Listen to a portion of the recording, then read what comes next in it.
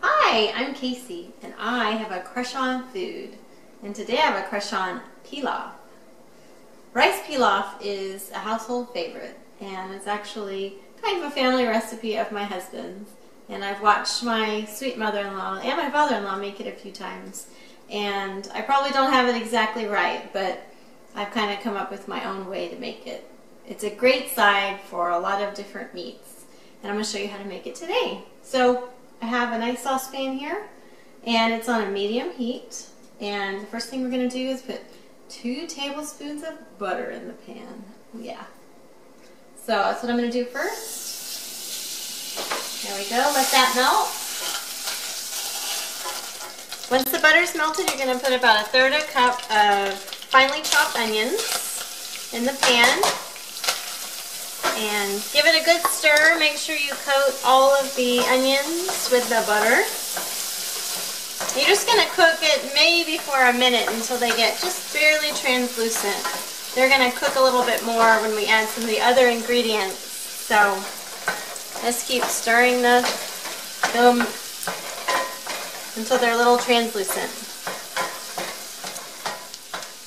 Onions look great. Here I have 1 ounce of angel hair pasta, or you can use vermicelli. And I just kind of break up this nest a little bit. And you're going to toast it with the onions.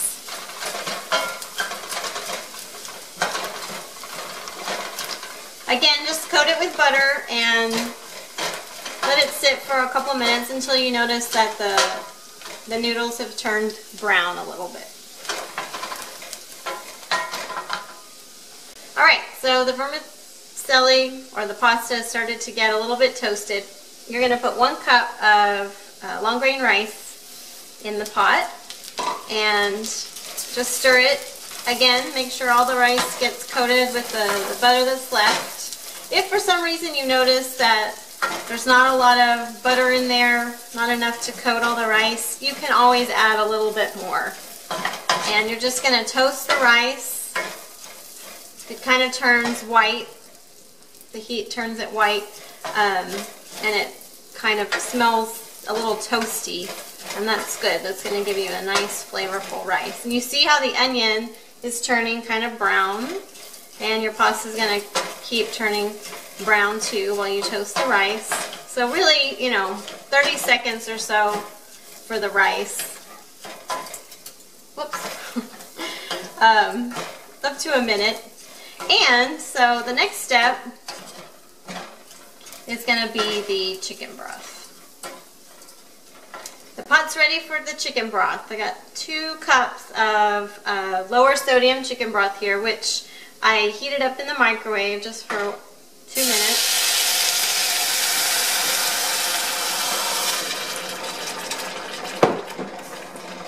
So you want your rice to boil before you put the lid on it and turn the heat down. So heating up the chicken broth helps to get it to the boiling point faster.